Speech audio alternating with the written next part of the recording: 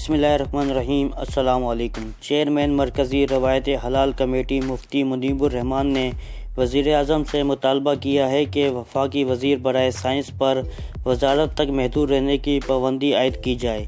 शवाल के चांद की रवायत का ऐलान करते हुए एक सवाल के जवाब में उन्होंने कहा, फवाद चौधरी पर अपने वज़ारत तक महदूद रहने की पाबंदी लगनी चाहिए।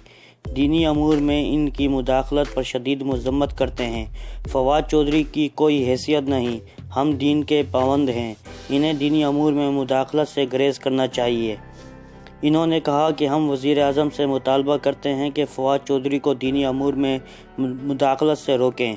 वो मजहबी अमूर के वज़ीर नहीं हैं, इन्हें इन अमूर में नहीं बोलना चाहिए।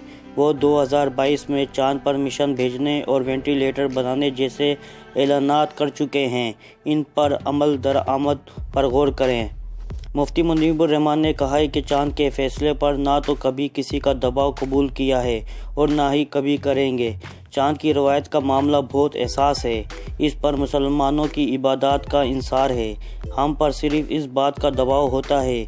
माजी में किसी सदर या वज़ीर आज़म ने इस मामले में मुदाखलत नहीं की। अगर कहीं इस हवाले से डिक्टेशन देने की कोशिश की गई तो इस मनसब को छोड़ दूंगा। दोस्तों, ये थी आज की छोटी सी वीडियो। दोस्तों, अगर आपको मेरी वीडियो पसंद आई है तो मेरे चैनल को सब्सक्राइब कर दीजिए। शुक्रिया।